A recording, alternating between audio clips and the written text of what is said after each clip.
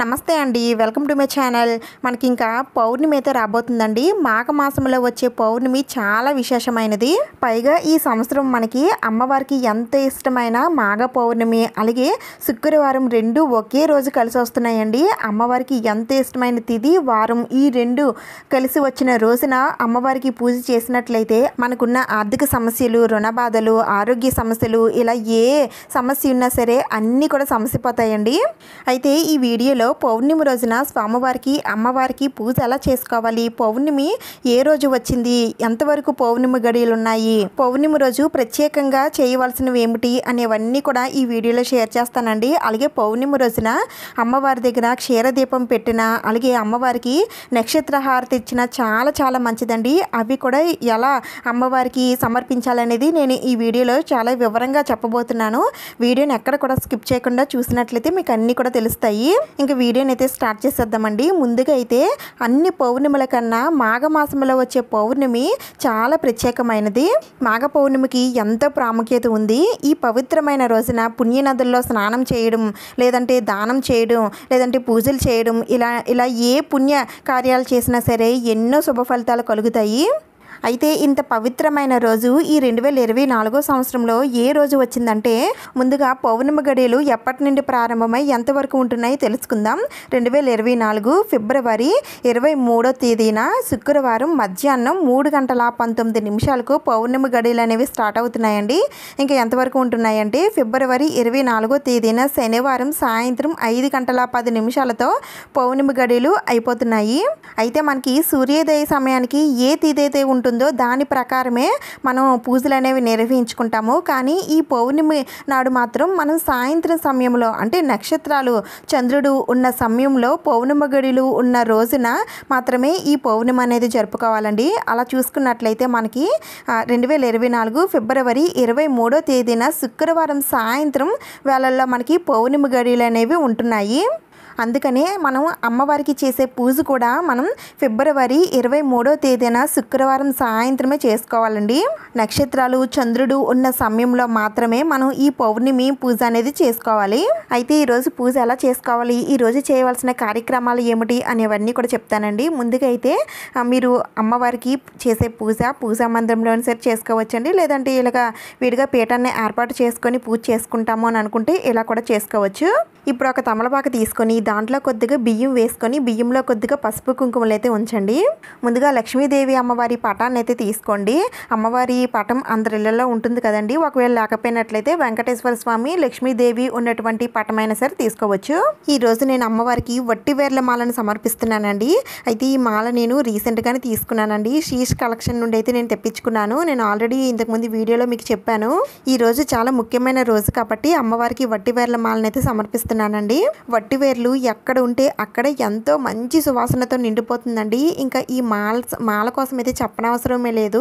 మొత్తం పూజా మందిరం అంతా కూడా ఒక మంచి సువాసనతో నిండిపోతుంది. అంత మంచి సుగంధభరితమైన సువాసన అయితే వస్తుందండి.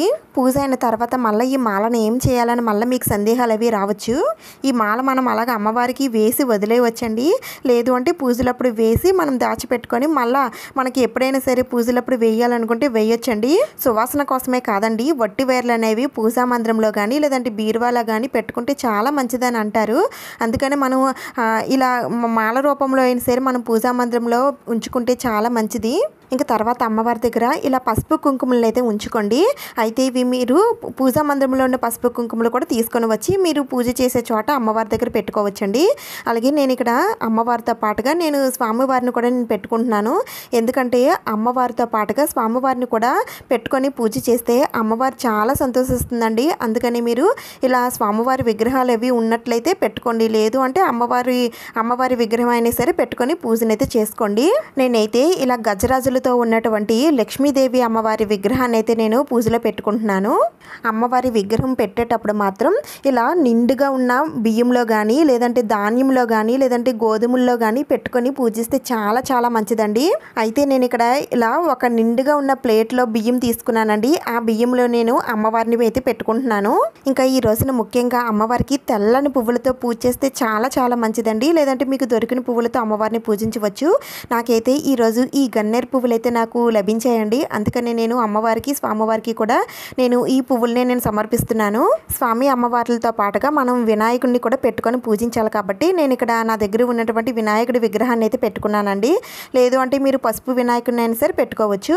విడిగా పీఠం ఏర్పాటు చేసుకునే వాళ్ళైతే ఇలా పసుపు వినాయకుడిని అయితే పెట్టుకోండి.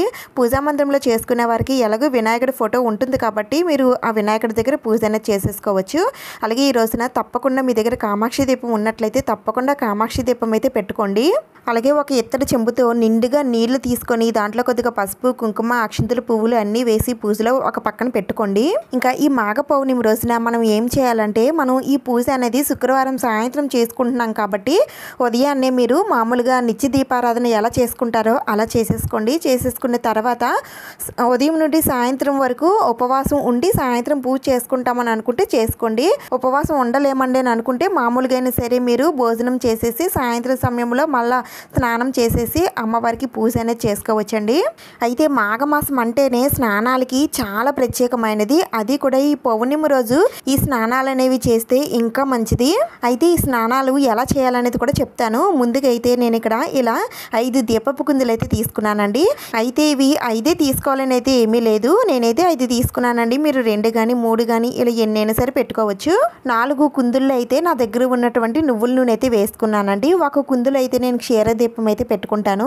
పౌర్ణమి రోజున క్షీరదీపం పెడితే చాలా చాలా మంచిదండి. ఇప్పుడు ఈ క్షీరదీపం ఎలా పెట్టాలనేది చూపిస్తాను. ఇక్కడ నేను ఒక కుందుని అయితే తీసుకున్నానండి. కొంచెం లోతుగా ఉన్న బౌల్ కానీ కుందు కానీ ఏదో ఒకటి తీసుకోండి. ఇప్పుడు దాంట్లో ఒక 3/4 వచ్చేంత వరకు పాలు వేసుకోవాలి. అవి కూడా పచ్చి పాలే తీసుకోవాలండి. మిగతా పావు వంతు కూడా మీ దగ్గర స్వచ్ఛమైన ఆవు నెయ్యి ఉంటే ఆవు నెయ్యి వడ్డించండి. లేదు అంటే నువ్వుల నూనె కానీ కొబ్బరి నూనె కానీ ఏదైనా సరే వేయచ్చు. ఈ పాలల్లోనే మీరు తీసుకున్న ఆయిల్ని కూడా వేసేయాలండి. ఇప్పుడు దీనిలో ఒత్తి పెట్టుకోవాలి. ఒత్తి ఎలా పెట్టుకోవాలంటే మనకి ఇలా జలదీపాలు అనేవి మనకి మార్కెట్లో దొరుకుతాయండి. ఇలాంటివి తెచ్చుకొని మీరు ఈ క్షీరదీపంలో మీరు పెట్టేసుకోవచ్చండి. నా దగ్గర అయితే ఉన్నాయి. కానీ ఇవి లేని వారికి ఎలా పెట్టుకోవాలనేది ఇంకొక పద్ధతి చూపిస్తాను. ఇక్కడ నేను తమలపాకు ఇలా రౌండ్ షేప్లో కట్ చేసుకున్నానండి. ఏ షేప్ అయినా సరే పర్వాలేదు. ఒక చిన్న మొక్క కట్ చేసుకుంటే సరిపోతుందండి. ఇప్పుడు దీంట్లో మధ్యలో ఒక హోల్ అయితే పెట్టుకోండి. పెట్టుకున్న తర్వాత ఇప్పుడు దీంట్లో మనం ఒత్తులు అయితే పెట్టుకోవాలి. ఈరోజు మనం వైట్ ఒత్తులనే వాడాలండి. పౌర్ణమి రోజున తెలుపు పువ్వులు, తెలుపు ఒత్తులతో దీపారాధన ఇలా చేస్తే చాలా చాలా మంచిది. అందుకని తెలుపు ఒత్తుల్ని మాత్రమే వాడండి. 2 ఒత్తులు తీసుకొని ఒక ఒత్తిగా వేయండి. ఇలా ఈ ఆకులోకి ఈ ఒత్తులు పెట్టేసుకున్నాక ఈ ఆకుని ఈ క్షీరదీపంలో పెట్టేసుకోవడమేనండి. ఇదైతే ఏమి మునిగిపోదు, పైకే ఉంటుందండి. దీపం కూడా చక్కగా వెలుగుతుంది. పౌర్ణమి రోజున లక్ష్మీదేవి అమ్మవారి దగ్గర కానీ లేదంటే చంద్రుడి దగ్గర కానీ ఈ క్షీరదీపం వెలిగించినట్లయితే మానసిక ప్రశాంతత చేకూరుతుందండి. అలాగే ఇంట్లో కూడా సుఖశాంతులు చేకూరుతాయి. దీంతో పాటుగా ఈరోజు శుక్రవారం కాబట్టి మీరు పెట్టుకోవాలనుకుంటే ఐశ్వర్య దీపం అంటే ఉప్పు దీపం, అలాగే పంచగవ్య దీపాలు ఇలా ఏవైనా సరే పెట్టుకోవచ్చండి. కానీ ముఖ్యంగా పెట్టుకోవాల్సింది ఈ పౌర్ణమి రోజున క్షీరదీపం మాత్రం పెట్టుకోండి. దీంతో పాటుగా మీరు ఎన్ని దీపాలు పెట్టుకోవాలనుకుంటే అన్ని పెట్టుకోవచ్చు. అలాగే ఈ రోజున స్వామి అమ్మవార్లకి నక్షత్ర హారతినిస్తే చాలా చాలా మంచిదండి. ఇప్పుడు ఈ నక్షత్ర హారతిని ఎలా ఇవ్వాలో చూపిస్తాను. దానికోసం ఇలా పువ్వొత్తులు అయితే తీసుకోండి. మొత్తం 27 పువ్వొత్తులు అయితే తీసుకోవాలి. పువ్వొత్తులు లేకపోయినట్లయితే నిలువొత్తులు ఉంటాయి కదండి, అడ్డవత్తులు, అవైనా సరే తీసుకోవచ్చు. ఏవి తీసుకున్నా సరే 27 తీసుకోవాలి. ఎందుకంటే మనకి నక్షత్రాలు 27 కాబట్టి 27 నక్షత్రాలకు సంబంధించి 27 ఒత్తులు అయితే తీసుకోవాలి. ఇలా అన్ని ఒత్తులు కూడా సమానంగా వచ్చేటట్టు అన్ని కూడా ఈ విధంగా పెట్టుకోండి. రౌండ్గా వచ్చేటట్టు పెట్టుకోండి. అది పువ్వొత్తులు అయితే, మామూలు ఒత్తులు అయితే మీరు మామూలుగా తీసేసుకోవచ్చు. ఇలా నేను ఇక్కడ పువ్వొత్తులు తీసుకున్నాను కాబట్టి ఇలా మొత్తం ఇలా 27 ఒత్తులు కూడా ఈ విధంగా తీసుకుంటున్నాను. ఇలా తీసుకున్న తర్వాత పైన ఈ ఒత్తులు ఉన్నాయి కదండి, ఇవన్నీ కూడా కదలకుండా ఉండాలనుకుంటే మొత్తం వాటన్నిటికీ కలిపి ఒక తెల్లని దారం అయితే కట్టొచ్చు. నేనైతే కట్టట్లేదండి, కట్టకపోయినా సరే ఉంటాయి, పర్వాలేదు. ఇప్పుడు నేను ఇక్కడ 27 ఒత్తులు తీసుకున్నాను. ఇప్పుడు ఇవి పెట్టుకోవడానికి ఒక బౌల్ లాంటిది తీసుకోండి. ఇప్పుడు దీంట్లో కొద్దిగా ఆయిల్ వేసుకొని ఇప్పుడు మనం తీసుకున్న ఈ 27 ఒత్తులు కూడా ఈ ఆయిల్లో పెట్టేసుకోవాలి. ఆయిల్ అయితే ఎక్కువ వేయనవసరం లేదండి. ఈ ఒత్తులు తడిసేంత ఆయిల్ వేస్తే సరిపోతుంది. ఇప్పుడు ఈ ఒత్తులన్నింటినీ కూడా వెలిగించాలంటే మనకి కొద్దిగా కష్టం అవుతుంది కాబట్టి దీనిపైన అంటే ఒత్తుల పైన కొద్దిగా కర్పూరం పౌడర్ చేసి వేయండి. అలా అయితే వెంటనే దీపం అనేది మనం వెలిగించగానే వెలుగుతుంది. అయితే మనం ఈ హారతిని లాస్ట్లో ఇస్తాను కాబట్టి లాస్ట్లో చూపిస్తానండి. ఇంకా మీ దగ్గర ఉన్న పువ్వులతో ఈ నక్షత్ర హారతిని అందంగా అలంకరించేసుకోండి. ఈ విధంగా నక్షత్ర హారతిని అయితే సిద్ధం చేసుకొని పెట్టుకోండి. ఇలా పూజకి సంబంధించినవన్నీ కూడా నేను సిద్ధం చేసేసుకున్నానండి. ఇప్పుడు ఇంకా పూజనైతే స్టార్ట్ చేద్దాం. ముందుగా ఏకహారతితో కానీ అగరబత్తులతో కానీ దీపారాధన చేయండి. కామాక్షి దీపం అయితే ముందుగా వెలిగించాలి. కామాక్షి దీపం లేనివారు మీరు ఏ కుందులైతే పెట్టుకుంటారో వాటిలో దీపారాధన అయితే చేసుకోండి. అయితే మనం క్షీర దీపం పెట్టుకున్నాం కదా, అది అమ్మవారికి పూజ చేసేటప్పుడు వెలిగించాలండి. ఇలా దీపారాధన చేసుకున్న తర్వాత మనం ముందుగా పూజించాల్సింది వినాయకుడిని కాబట్టి వినాయకుడికి పూజనైతే చేసుకోండి. స్వామివారికి పసుపు, కుంకుమ, అక్షింతలు, పువ్వులు అన్నీ కూడా సమర్పిస్తూ స్వామివారి శ్లోకాలు అవి ఉంటాయి కదండి, అవన్నీ కూడా మీకు వస్తే చదువుకోండి. అంటే శుక్లాంబరధరం విష్ణుం అది కానీ, లేదంటే వక్రతుండ మహాకాయ అది కానీ, ఇలా ఏ శ్లోకాలు ఉన్నా సరే మీకు వస్తే చదువుకోండి. లేదు అంటే ఆ స్వామివారి నామమైనటువంటి ఓం గం గణపతియే నమః అని అనుకుంటూనైనా సరే మీరు స్వామివారికి పూజనైతే చేసుకోవచ్చండి. పూజ అంతా అయిన తర్వాత స్వామివారికి అగరబత్తులతో ధూపం ఇచ్చి స్వామివారికి ఏదైనా బెల్లం కానీ, అటుకులు కానీ, పళ్ళు కానీ ఇలా ఏదైనా సరే నైవేద్యం పెట్టి ధూపం ఇచ్చి హారతినివ్వండి. ఇప్పుడు కొద్దిగా అక్షంతలు తీసుకొని స్వామివారి పాదాలపైన వేసి ఆ స్వామివారికి నమస్కారం చేసుకోండి. ఇలా వినాయకుడి పూజ పూర్తయిన తర్వాత ఇప్పుడు స్వామి అమ్మవార్ల పూజనైతే ప్రారంభించాలి. ముందుగా మనం పూజలో పెట్టుకున్న క్షీర దీపాన్ని అయితే వెలిగించాలి. దీపం వెలిగించిన తర్వాత ఈ దీపం దగ్గర కొద్దిగా పసుపు, కుంకుమ, అక్షంతలు, పువ్వులు అన్నీ వేసి దీపలక్ష్మికి ముందుగా దండం పెట్టుకోండి. అలాగే మిగతా దీపాల దగ్గర కూడా కొద్దిగా అక్షంతలు వేసి దండం పెట్టుకోండి. ఇప్పుడు స్వామి అమ్మవార్లకి అగరబత్తులతో ధూపం చూపించి కొద్దిగా అక్షింతలు స్వామి అమ్మవార్ల పాదాల దగ్గర వేసి ఆ స్వామి అమ్మవార్లకి ఆహ్వానం పలికి నమస్కారం చేసుకోండి. ఇప్పుడు అమ్మవారి, అయ్యవారి అష్టోత్తరాలు, సహస్రనామాలు, కనకదార స్తోత్రాలు, లక్ష్మీదేవి అష్టకం ఇలా మీకు ఏదొస్తే అది చదువుకుంటూ అమ్మవారికి, అయ్యవారికి చిట్టి గాజులతో, గోమతి చక్రాలతో, లక్ష్మీ గవ్వలతో, కాయిన్స్తో, తామర గింజలతో ఇలా మీ దగ్గర ఏ ఉంటే వాటితో అమ్మవారికి పూజనైతే చేసుకోండి. ఇవేమీ మా దగ్గర లేవండి అని అనుకుంటే పువ్వులతో కానీ, అక్షింతలతో కానీ, కుంకుమతో కానీ అమ్మవారికి పూజ చేసుకోవచ్చు. ఇంకా ఈ పౌర్ణమి రోజు చేసే స్నానాలు చాలా విశేషమైనవని చెప్పాను కదండి. అయితే ఈ స్నానాలు ఎలా చేయాలి, ఎప్పుడు చేయాలి అనేది ఇప్పుడు చెప్తాను. ముందుగా ఈ స్నానం ఎప్పుడు చేయాలంటే మనకి పౌర్ణమి గడియలు అనేవి 24వ తేదీన శనివారం తెల్లవారుజామున మనకి పౌర్ణమి గడియలు ఉన్నాయి కాబట్టి 24వ తేదీన శనివారం తెల్లవారుజామునే మీరు ఈ స్నానాలు అనేవి చేయండి. అయితే ఈ స్నానాలు నదుల్లో కానీ, సముద్రంలో కానీ, లేదంటే చెరువులో కానీ చేస్తే చాలా చాలా మంచిదండి. మాకంత వీలు లేదండి అని అనుకునేవారు ఇంట్లోనే మీరు ఈ స్నానాలు అనేవి చేయొచ్చు. మీ దగ్గర ఏదైనా గంగాజలం లాంటిది ఏమైనా ఉంటే మీరు స్నానం చేసే నీళ్ళల్లో కలుపుకొని మీరు స్నానం అయితే చేయండి. అలాంటివి ఏమీ లేవండి అని అనుకుంటే చేతితోటి గంగా గంగా గంగాని 3 సార్లు తలుచుకొని ఆ గంగాదేవిని నీటిలోకి ఆహ్వానించి ఆ తర్వాత మీరు స్నానం చేసినా సరే అంతే ఫలితం దక్కుతుందండి. ఈ విధంగా పౌర్ణమి రోజున మాఘ స్నానాలు అయితే ఆచరించాలి. అయితే ఈ పౌర్ణమి రోజునే స్నానాలు ఎందుకు చేయాలంటే దేవతలు మాఘమాసంలో పౌర్ణమి రోజున భూమికి దిగి వచ్చి పవిత్రమైన గంగా నదిలో స్నానం చేస్తారని నమ్ముతారు. దేవతలు తమ సర్వశక్తులు కూడా జలాల్లో ఈ రోజున ఉంచుతారండి. అందుకని ఈ రోజు స్నానాలు చేయడం వలన మనం చేసిన పాపాలు, మనకున్న రోగాలు, కష్టాలు అన్నీ కూడా పోతాయని ఒక నమ్మకం అండి. అందుకని ఈ రోజున తప్పకుండా నదుల్లో కానీ, సముద్రాల్లో కానీ, చెరువుల్లో కానీ స్నానాలు అయితే ఆచరించండి. స్నానమైన తర్వాత సూర్యుడికి కూడా ఆర్ఘ్యం ఇచ్చి సూర్య నమస్కారాలు చేస్తే చాలా చాలా మంచిదండి. అయితే సూర్యుడికి ఆర్ఘ్యం ఎలా ఇవ్వాలనేది కూడా నేను ఇంతకుముందు వీడియోలోనే చెప్పాను. ఎవరైనా మిస్ అయినట్లయితే ఆ వీడియో లింక్ అనేది నేను డిస్క్రిప్షన్లో ఇస్తాను, చూడండి. తర్వాత స్వామివారి గుడికి వెళ్ళి ఆ స్వామి అమ్మవార్ల దర్శనం చేసుకొని అలాగే అక్కడున్న పేదవారికి మీ శక్తి కొలది దాన ధర్మాలు చేయండి. చాలా చాలా మంచి జరుగుతుంది. ఈ విధంగా అమ్మవారికి పూజ చేసుకున్న తర్వాత అయ్యవారికి, అమ్మవారికి అగరబత్తులతో ధూపం ఇవ్వండి. ఇప్పుడు అమ్మవారికి నైవేద్యాన్ని నివేదించాలి. ఈ రోజున అమ్మవారికి పాలతో తయారు చేసినటువంటి పరమాన్నం కానీ, పాయసాన్నం కానీ నివేదన చేయాలి. ఇవేమీ చెయ్యలేమని అనుకునేవారు పాలైనా సరే అమ్మవారికి నివేదన చేయవచ్చండి. అయితే ఈ పాలు మరిగించిన పాలు మాత్రమే నివేదన చేయాలి. ఆ తర్వాత అమ్మవారికి తాంబూలం ఇవ్వండి. తాంబూలంలో ఆకు, వక్క, పండు, జాకెట్ ముక్క పెట్టాలనుకుంటే పెట్టచ్చు. లేదు అంటే అమ్మవారికి గాజులు, పువ్వులు, చిల్లర నాణం ఇవన్నీ కూడా పెట్టి అమ్మవారికి తాంబూలముగా ఇవ్వచ్చు. ఆ తర్వాత స్వామి అమ్మవార్లకి సాంబ్రాణితో ధూపం వేసి హారతినివ్వాలండి. ముందుగా అమ్మవారికి, అయ్యవారికి కర్పూర నీరాజనం సమర్పించండి. ఆ తర్వాత నక్షత్ర హారతిని సమర్పించాలి. ఇక్కడ నేను ఒత్తులు సిద్ధం చేసుకున్నాను కదండి, ఆ ఒత్తుల పైన కొద్దిగా కర్పూరం పౌడర్ వేస్తున్నానండి. ఇలా వేసిన తర్వాత ఏకహారతితో ఈ నక్షత్ర హారతిని వెలిగించాలి. ఇప్పుడు అమ్మవారికి నక్షత్ర హారతిని సమర్పిద్దాం. అమ్మవారికి ఈ నక్షత్ర హారతిని ఎందుకు సమర్పించాలని అంటే, మనకి నక్షత్రాలు 27. ఈ 27 నక్షత్రాల్లో ఏదో ఒక నక్షత్రంలో మనం జన్మిస్తాం కాబట్టి మన జాతకంలో ఉన్న నక్షత్ర దోషాలు, గ్రహ దోషాలు అన్నీ కూడా ఈ హారతి ఇవ్వడం వలన తొలగిపోతాయి. అందుకనే పౌర్ణమి వేళల్లో అమ్మవారికి ఈ నక్షత్ర హారతిని సమర్పిస్తాము. మనమే కాకుండా మన ఇంట్లో ఉన్న సభ్యులందరూ కూడా అమ్మవారికి ఈ నక్షత్ర హారతిని సమర్పించాలి.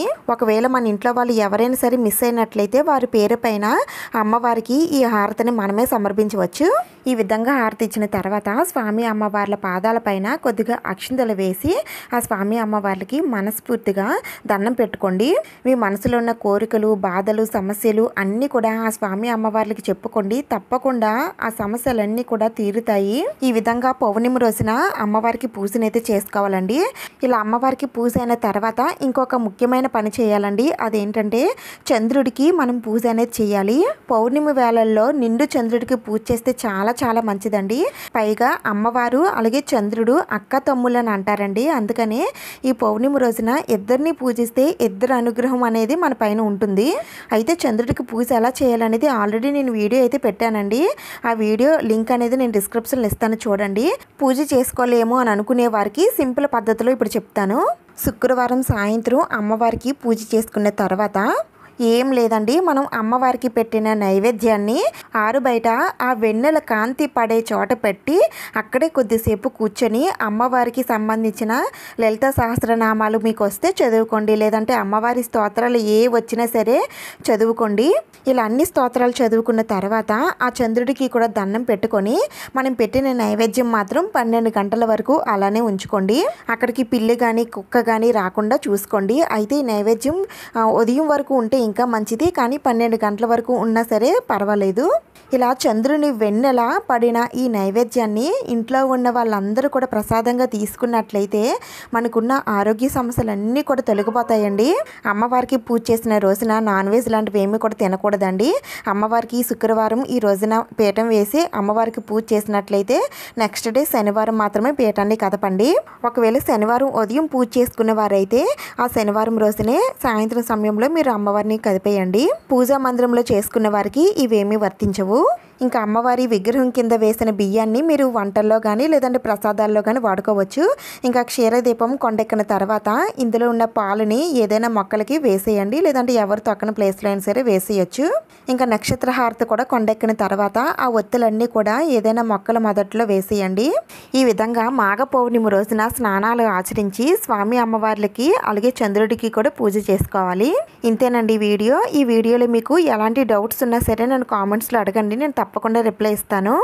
ఈ వీడియో మీకు యూజ్ అయ్యింది, నచ్చిందని అనిపిస్తే ప్లీజ్ తప్పకుండా లైక్ చేయండి, షేర్ చేయండి, సబ్స్క్రైబ్ చేసుకోండి. ఇంకొక మంచి వీడియోతో మళ్ళీ కలుద్దాం. Thank you for watching.